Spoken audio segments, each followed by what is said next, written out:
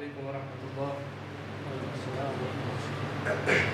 It is mentioned in the following hadith, Sunan Tirmidhi, Aqimu Salah, establish Salah.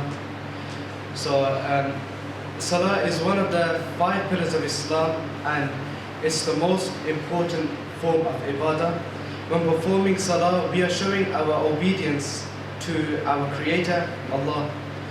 Salah is the key to Jannah, so we do not want to miss any of our Salahs. The first question that will be asked on the day of Qiyamah will be about Salah.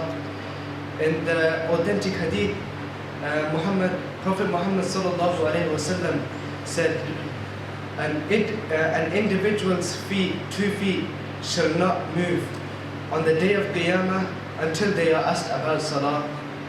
Salah will protect us, and Salah will protect us from evil and bad sins.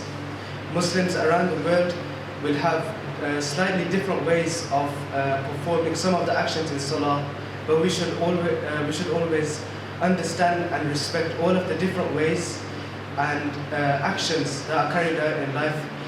I think that is differentiated between a Muslim and a non-Muslim is that a Muslim reads his Salah. May Allah give us the tawfiq to establish our Salah. وَمَا عَلَيْنَا إِلَّا الْبَلَاغُ الْمُبِينُ. Jazakumullah khair to Yusuf for that important reminder once again. Salah, one of the pillars of Islam, and also one of the first things to be asked on the Day of Judgment.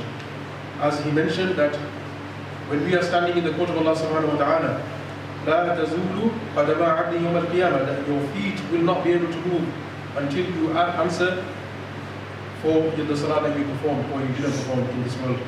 And also, as he mentioned as well, that the defining factor, the differentiating factor between a believer and a non-believer is that a believer performs his salah. So we should be very mindful of our salah, and it's something that needs to be inculcated and instilled in us and our children from a very young age, so that it becomes a habit for them and they understand that they must perform this, and there is no negotiation with regards to performing salah. Allah subhanahu wa ta'ala gives the ability to take the lesson from